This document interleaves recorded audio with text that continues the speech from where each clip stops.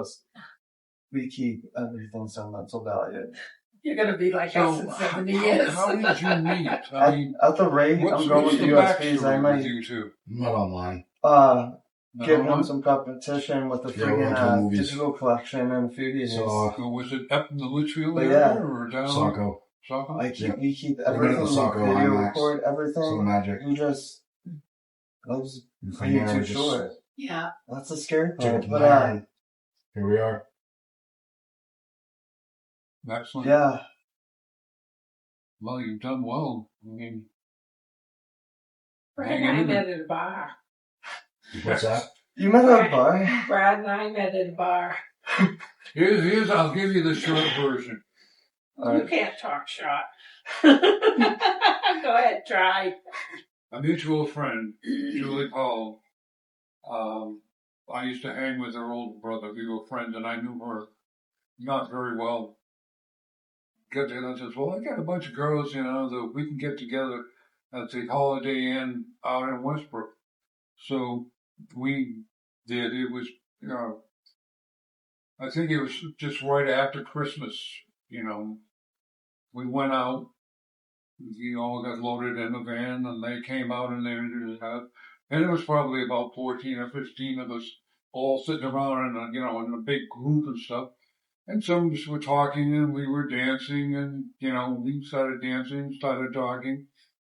And I asked her out New Year's Eve and we hit it off and we stayed in touch. I was, at Unity College and she was working here in Portland.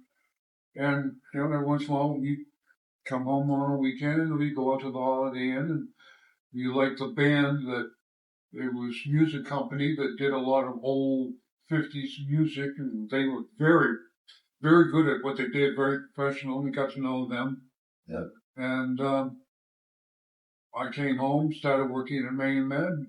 I wanted to marry her. And so we started, I guess we were dating on some Saturday. We went into Zales Jewelry Store, and we saw this trio set that we liked, and I had some money saved up, and I went out, put a deposit down, and I said, screw it, I'm paying it off, because, we get engaged at some parking lot in Nightville, South Pole, and I asked her, it was dead of night, she accepted. Yeah. And so we took this next year, we started, we knew what we wanted for a wedding, but we were going to have to pay for it. So we were budgeting out every last cent we could on furniture. She got a deal on a friend that made her a wedding dress. We were looking at apartments. We were on Forest Avenue. I could walk to work to Maine Med because I was working there. She was working at Park Avenue. Oh, that's right, Park Avenue, which is right near that park, that Deering Oaks Park. And I would walk to work. She'd drive.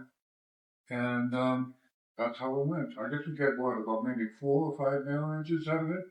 Out of the 14 people that were there. Wait, you got what out of it? Four people got together, couples got together and got married. Oh, wow. Oh, wow. Yeah. And 2 who, are still together. Me and Julie and Steve Brown are still together, but everybody else is married, divorced, and moved on. But, we hit it off. And, I'm looking for a new one. I've had 70 years of it. Holy moly, 70 years. No, that's my age. So. Oh, sorry. we've been married for what? 48. 48, December 26th. Yeah. So, August 26th. So before me and Ian's wedding, I think it was Aunt Lisa, oddly enough, because she kept, I forget if she even said it, but she kept implying, David, don't worry about spending too much money on the wedding or trying to impress anyone. It's all about you and Ian, and it's already more special than you know. Because it was near, a few weeks before the wedding, and our anxiety was wicked bad. And, I kept texting Aunt Lisa, and she kept telling me, like, David, I promise you, don't even worry about spending money. It's a special day, I promise you, no matter what you spend, it's gonna be special, no matter what. She was right. Yeah. But, hearing you guys say, like, you saved every cent you could. Yeah. I wouldn't do it again. I wouldn't go as big as we went. Yeah, let me give you the quick rundown. So, Rose and I, we paid for this wedding. We had 150 guests. Fuck. We had the band that gave us a cut rate.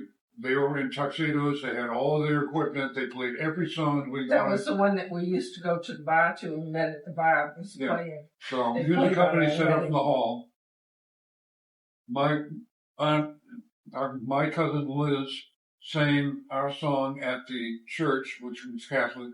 I'm Protestant, but there was no problem. The only agreement was that we'd bring the kids up Catholic, which I had no problems with because I didn't feel that State Street Church we were affiliated with didn't do very much as far as instilling in good terms. It was all very political during the Vietnam War and all that crap.